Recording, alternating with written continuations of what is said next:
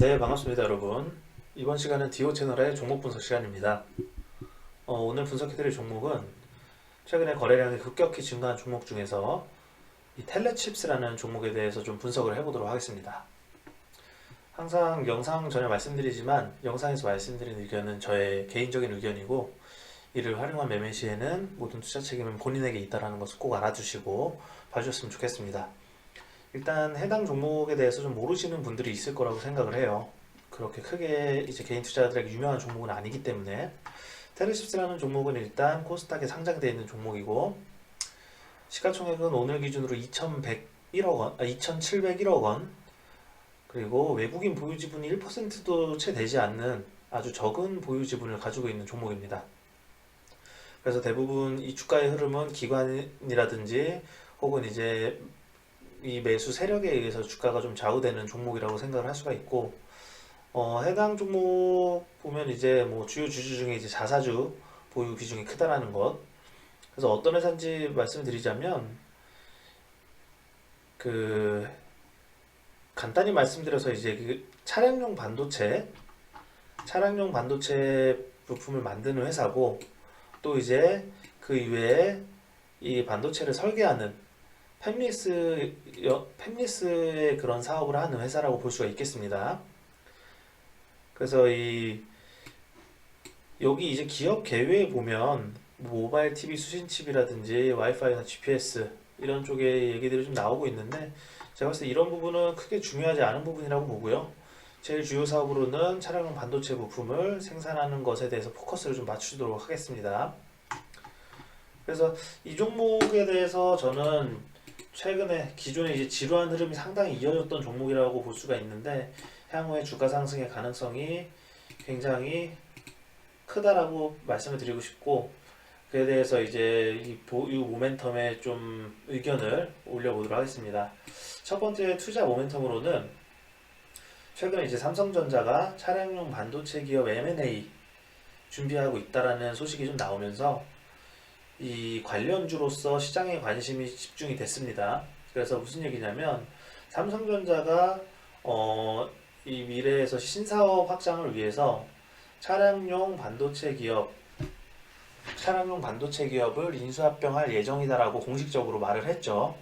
그래서 이제 어떤 기업이 인수될 것인가에 대한 관심이 상당히 높아져 있는 상황인데 텔레칩스가 뭐 인수가 된다 이런 말씀 드리는 게 아니라 차량용 반도체 사업을 하는 이 회사 중에서 MCU 사업에 특히 좀 사업 포커스를 최근에 맞추고 있는 기업 중에 하나로서 시장의 관심도가 높아지고 있다라고 말씀을 드리는 겁니다. 그래서 이제 관련 기사 내용 보면 최근에 텔레피스가 차량용 반도체 M&A 기업으로서 삼성의 M&A에 포함이 될 수 있다는 기대감이 좀 나오면서 시세 급등을 했다는 기사예요. 그래서 삼성전자가 이 미국 현지 차량용 반도체 기업과 대형 인수합병을 추진 중이라는 소식에 이제 차량용 반도체를 생산하는 텔레칩스 주가가 움직이고 있다 이런 기사 내용이죠. 그래서 지금 삼성에서는 이 전장 사업을 미래 신사업으로 낙점을 해두었기 때문에 뭐 당연히 예전에 하만을 인수했던 것처럼 이 차량용 반도체 관련 기업을 인수하려고 분주히 움직이고 있는 상황이라고 지금 보여집니다. 여러 기사 내용에도 확인을 할 수가 있고요.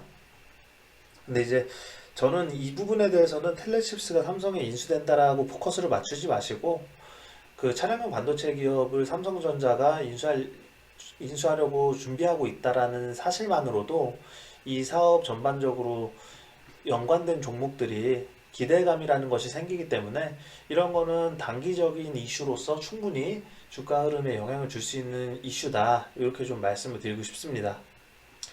그래서 지금 이 삼성전자가 차량용 반도체 인수의 의견을 말했던 게 이 CES 2022에서 이 가능성을 좀 어필을 했었죠. 그래서 예상하는 것보다 더 빨리 준비 중이다. 뭐 이렇게 말을 했다고 하는데 텔레칩스도 당연히 차량용 반도체 기업이기 때문에 그런 기대감이 주가에 영향 줄 수 있다고 생각을 해주시고 두 번째 투자 모멘텀은 이 차량용 반도체 수급 불균형이 지금 지속적으로 이어지고 있죠. 작년에 한 해 동안 계속 이 투자자분들이 들어갔던 얘기로는 차량용 반도체 부품 부족. 그래서 이제 신차 출고할 때까지 대기 기간 상당히 오래 걸리잖아요, 지금. 그런 이제 수급 불균형이 2023년까지 이어질 것으로 전망이 된다고 하고, 당연히 그렇다면 관련주들의 모멘텀이 부각될 것이다. 이렇게 좀 말씀을 드리고 싶습니다. 그래서 이 차량용 반도체가 올해도 공급 부족이라고 하고 2026년까지 시장 규모는 80조로 확대가 된다고 하죠. 굉장히 급증하는 모습이죠. 기사 내용 보면 차량용 반도체 수급 불균형이 2023년까지 이어질 것이고, 친환경 차량이 확대 보급되고 자율주행 기술이 고도화되면서 차량용 반도체에 대한 수요가 급증하고 있다. 하지만 공급은 그만큼 따라주지 않고 있다라는 얘기죠. 그래서 전문가들 의견으로는 이 지금의 이 부족 사태가 쉽사리 해결되지 않을 거라고 예상한다고 하고요. 이 환경적인 조건, 그러니까 팬데믹이 있었잖아요. 2020년부터. 그래서 투자를 대대적으로 하지 못하는 그런 환경적인 조건 외에도 증설을 결정한다 해도 모든 것이 완료돼서 칩을 생산하려면 2, 3년이 걸린다고 합니다. 그렇기 때문에 당장의 증설을 결정해도 수요를 바로 충족시킬 수 없다라는 거죠. 그리고 이제 차량용 반도체는 특히나 단순 기능의 역할을 하는 칩들이 많아서 수익성이 떨어지기 때문에 대대적인 투자를 크게 할 수 있는 회사가 많이 없습니다. 그래서 수요는 굉장히 늘어나고 있는데 공급의 양이 제한적이기 때문에 결국에는 관련주들의 모멘텀이 계속 부각될 수밖에 없다. 이렇게 좀 말씀을 드리고 싶습니다.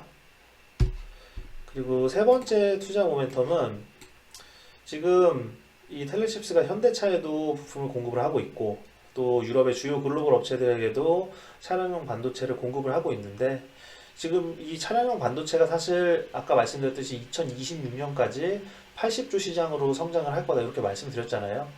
그렇게 성장성이 큰 전장 사업에 대해서 매출이 증가가 예상되기 때문에 이 부분에 대해서도 텔레칩스의 모멘텀, 투자 모멘텀이라고 말씀을 드리고 싶고, 관련 이제 기사 내용들 보면 삼성에서 또 현대와 차량용 반도체 협력을 할 거다 뭐 이런 얘기들이 나오면서 지금 이 텔레칩스가 기존에 현대와 기아에다가 차량용 반도체를 공급하고 있었기 때문에 또 관련주로 엮어지는 모습이고, 현대차의 부품을 제공하는 것 이외에도 텔레칩스가 기존의 유럽 기업들에 대해서도 이 계기판용 애플리케이션 프로세서를 공급을 하고 있기 때문에 메이저 기업들이나 혹은 유럽의 기업들에게 지속적으로 차량용 반도체 부품을 공급을 하고 있기 때문에 이런 부분들이 앞으로 또 향후에 매출 증가시키는 요소가 될 수 있다는 기대감이 충분히 있습니다.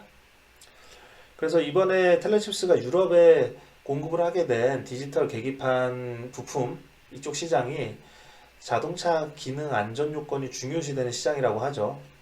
그래서 이런 점에서 텔레칩스가 유럽의 주요 글로벌 OEM 업체들의 요건을 만족해서 어플리케이션 프로세서를 납품했다는 점은 상당히 고무적이다. 이렇게 기사에서 나오고 있죠. 그래서 이번 납품을 통해서 향후에 글로벌 OEM의 추가 물량 확대가 기대된다고 하고, 이를 기반으로 유럽 시장 확대에 박차를 가할 예정이다. 이렇게 나와 있죠. 지금 이번에 이제 유럽에서의 부품 공급을 완료를 했기 때문에 여기서 더 추가적으로 이번 공급을 기점으로 해서 미주 그리고 유럽 시장에서 많은 기회를 확보할 거다. 이런 이제 기사 내용을 볼 수가 있겠습니다. 그리고 이제 부품 공급뿐만이 아니라 이 기술 협력에 대한 부분도 나와 있죠. 이건 이제 2021년도 작년 12월 23일 기사인데, 블랙베리라는 회사 여러분들 다 아실 겁니다. 그 블랙베리라는 회사와 차세대 디지털 콕핏 솔루션 협력이라고 기사의 내용이 나와 있죠. 그래서 텔레칩스는 돌핀3 시스템 온칩에 블랙베리의 하이퍼바이저를 채택했다 이런 기사 내용인데, 돌핀3는 텔레칩스의 인포테인먼트 콕핏용 애플리케이션 프로세서인데 이번 적용을 통해서 안전 요건을 준수를 하면서 다른 어플리케이션을 확장할 수 있는 혼합 중요도 시스템을 사용할 수 있게 됐다. 그래서 지금 단순히 그냥 부품 공급뿐만이 아니라 차세대 디지털 콕핏 기술과 관련해서 세계적으로 유명한 기업과의 기술 협력도 이어지고 있다라는 말씀을 드리고 있는 겁니다. 이게 이제 세 번째 모멘텀이었고, 마지막으로는 2021년도부터 이제 흑자 전환이 시작이 됐는데, 흑자 전환을 하게 됨으로써 밸류에이션이 재평가받을 수 있는 가능성이 있다를 말씀드리고 싶고, 이미 시장에서는 그렇게 예상을 좀 했었죠. 그래서 작년도 3분기 예상 보고서 내용을 보면 예상액으로 매출액이 이제 전년 동기 대비해서 35% 정도 늘어난 310억 원. 그다음에 영업이익은 13억으로 흑자 전환할 것으로 예상한다. 이렇게 보고서 내용에 나와 있었는데 실제로 3분기의 예상치를 뛰어넘는 실적이 좀 확인이 됐었습니다.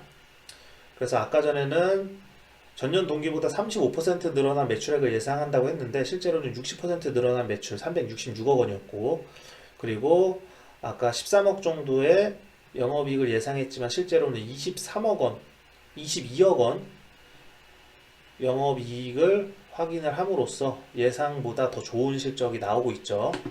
그래서 3분기 누적 매출액 역시 전년 동기보다 33% 증가한 916억 원이죠. 그리고 같은 기간 영업이익도 84억 원 손실해서 17억 원으로 흑자 전환. 이게 이제 3분기까지의 실적입니다. 작년 4분기의 실적까지 더해진다면은 상당히 더 추가적인 흑자가 예상이 되고요. 그리고 이 텔레칩스에 대해서 좀 간단히 말씀을 다시 한번 드리자면, 이 자동차 오디오, 그리고 뭐 내비게이션에 들어가는 어플리케이션 프로세서에 주력을 한다라고 나와 있죠. 실제로 현대차와 기아차에 들어가는 이 오디오와 비디오와 내비게이션용 어플리케이션 점유율이 80% 이상, 상당히 점유율이 높죠. 그리고 최근에 전 세계적으로 품귀 현상을 빚는 차량용 반도체 MCU 마이크로 컨트롤러 유닛을 개발한 뒤에 삼성전자 파운드리를 통해서 시제품을 생산을 하고 있다, 이렇게 나와 있죠. 사실 우리가 주목해야 될 부분은 이 MCU 부분입니다. MCU가 상당히 공급이 부족하다고 하죠. 그렇기 때문에 기존의 AP 사업에서 꾸준히 실적을 내고 있고, 이제부터 생산하고 있는 MCU 사업에서도 추가적인 매출이 나올 수 있기 때문에 이 부분에 대해서 실적이 앞으로도 견고할 것이다, 이렇게 좀 유추를 해볼 수가 있겠습니다. 그래서 총 4가지의 투자 모멘텀 말씀을 드렸는데, 간단히 말씀드리면 첫 번째는 삼성전자의 차량용 반도체 기업 M&A 예정 소식 때문에 이 관련주들에 대한 기대감이 커지고 있다, 이렇게 말씀드릴 수 있고, 두 번째 투자 모멘텀은 차량용 반도체 수급 불균형이 이어질 예정이기 때문에 관련주들의 모멘텀이 부각된다. 그리고 세 번째 투자 모멘텀은 현대차와 유럽 주요 글로벌 업체들의 이미 차량용 반도체를 공급을 하고 있고, 향후에 또 성장성이 큰 전장 사업에서의 매출 증가가 꾸준히 예상이 된다라는 점, 그리고 마지막으로는 작년에 흑자 전환을 함으로써 밸류에이션이 재평가받을 수 있고 올해 2022년도 실적도 상당히 견고할 것이다, 이렇게 좀 말씀드릴 수가 있겠습니다. 그래서 지금 해당 종목 보시면은 제일 이제 주요 구간 241선을 최근에 강력하게 돌파를 했죠. 그래서 그 전에 지속적으로 물량을 담아오는 모습이 있었기 때문에 저는 향후에 이 종목의 방향성이 좀 더 이어질 수 있다고 생각을 하고요. 최근 시장이 급격한 조정을 좀 이어왔는데도 불구하고 이 텔레칩스라는 종목은 주요 지지 구간을 좀 지켜내면서 그래도 방향성을 유지하는 모습이죠. 그 안에서 기관의 꾸준한 매수세도 있었고, 저는 이 종목이 이제 지금 현재 가격대가 상장한 이후에 거의 최고점에 도달해 있는 그런 상태이기 때문에 예전에 2005년도에 2만원 정도를 상회했던 적이 있는데 현재 가격이 종가 기준으로 2만원이잖아요. 그래서 저는 당연히 지금 방향성이 더 이어질 수 있다고 보고 있고, 그리고 그 안에서 당연히 영업이익이나 순이익의 증가가 확인이 됨으로써 기업 가치가 더 높게 평가를 받을 수 있다고 생각을 해서 올해 예상 실적, 연간 실적으로 보면은 2021년도 예상 실적 보면 매출액 1,300억에 순이익 48억 원 예상이 돼 있죠. 그리고 이제 2022년도에는 매출액이 전년도보다 10%가량 더 증가를 하고 단기 순이익이 100% 이상 증가하는 아주 급격한 순이익 증가세가 확인이 될 거라고 예상을 하는데, 이렇게 될 경우에는 지금 현재 시가총액 대비해서 추가적인 상승 모멘텀이 있다고 생각을 하고요. 예전에 실적이 훨씬 나오지 않을 때에도 지금 정도의 주가는 아니지만 크게 모자라지 않는 주가 흐름이 나왔었기 때문에 저는 현재 가격에서 보수적 관점으로 봤을 때 밸류에이션 현재 가격에서 시가총액 30% 이상 상승의 가능성이 있다라고 말씀을 드리고 싶습니다. 그리고 이제 30% 정도 시가총액이 증가를 하더라도 예상 시총이 3,500억 내외이기 때문에, 그리고 이제 주가 기준으로 봤을 때는 26,000원, 26,000원, 27,000원 사이. 그리고 그 정도 된다 해도 전 세계적으로 이제 관련 기업들의 밸류에이션 비교를 해봤을 때 과대평가되지 않은 시총이라고 생각을 합니다. 그리고 향후에 성장성이 이어질 종목이기 때문에 그 정도의 이 시총 상승은 당연히 있을 수 있다고 생각을 하고요. 그래서 이 종목은 이 매출액 단순히 이제 단기 순이익만으로 계산을 해봤을 때는 시총 3,500억이 과연 적정한가라는 얘기가 나올 수 있지만, 향후에 지속적으로 전장 사업의 매출 그리고 순이익이 증가할 거라는 기대감이 있기 때문에 예상 시총이나 주가의 상승률을 30% 정도 상승 여력이 있다, 이렇게 좀 말씀을 드리고 싶습니다. 그래서 해당 종목은 지금 많은 분들이 아직도 잘 모르는 종목일 겁니다.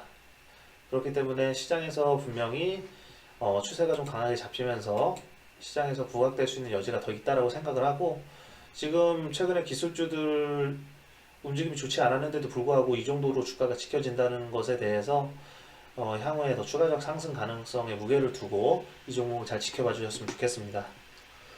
보유하고 계신 분들은 많이 없을 거라고 생각을 해요. 그래서 신규로 진입하실 분들은 지금 현재 이 지지 구간 정도에서도 충분히 무리가 아니라고 생각하고, 만약에 분할로 접근을 했는데 이 21선이 이탈될 경우에는 17,000원 위에서 주가가 유지가 되는 것을 보시면서 좀 더 비중을 늘려나가도 된다, 이렇게 좀 말씀드리고 싶습니다. 그래서 전장사업 관련주들로 다룰 수 있는 종목들이 좀 제한이 되어 있는데, 해당 종목 최근에 거래량도 그렇고 상당히 좋은 흐름이어서 이렇게 좀 분석을 해봤고요.